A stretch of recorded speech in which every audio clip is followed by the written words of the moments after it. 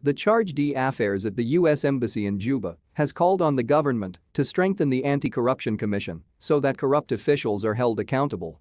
William Flynn said the Anti-Corruption Commission should be strengthened to independently conduct its activities. He also said it is critical that the government grants the media freedom as they have played a critical role in exposing corruption in the country. Speaking to iRadio this morning, the charge d'affaires at the U.S. Embassy in Juba described corruption as a cancer that undermines democracy and the confidence of investors. William Flynn said for South Sudan to prosper, its government should fight corruption. Corruption is a cancer that undermines democracy, undermines confidence by investors, it erodes the bedrock of society, and that's something that has to be stamped out, said the U.S. diplomat.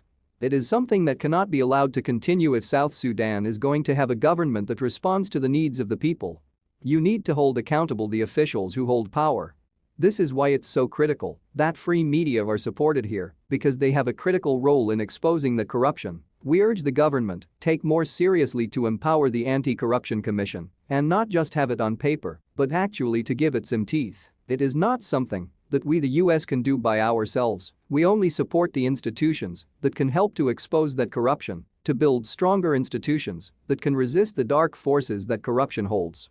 Last month, the US government said the trade and investment climate in South Sudan slightly improved in the past few years. The U.S. State Department attributed the gains to the interim government's efforts to implement public financial management reforms, including stabilizing the South Sudanese pound. However, Washington said in the statement that despite the reforms in the public finance sector, many setbacks remain unaddressed. According to the assessment, South Sudan's economy is highly dependent on oil revenue, and the transitional government did not institute any new programs in the past years to diversify the country's economy. The report, however, indicated that South Sudan's oil sector is fraught with corruption and mismanagement. The U.S. went on to say the corruption and malfeasance in the country go beyond the oil sector.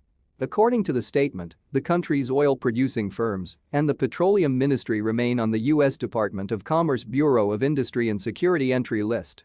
In 2021, Transparency International ranked South Sudan as the world's most corrupt country. In September last year, the UN Human Rights Commission said there was a link between corruption in South Sudan and human rights violations and economic crimes. The report cited arbitrary and conflicting regulations, multiple layers of taxation, and airport and border obstructions. It also cited labor harassment and looting as hindrances to a conducive investment climate. Others, the statement said, include government failure to enforce laws equitably or consistently, citing corrupt officials operating with impunity.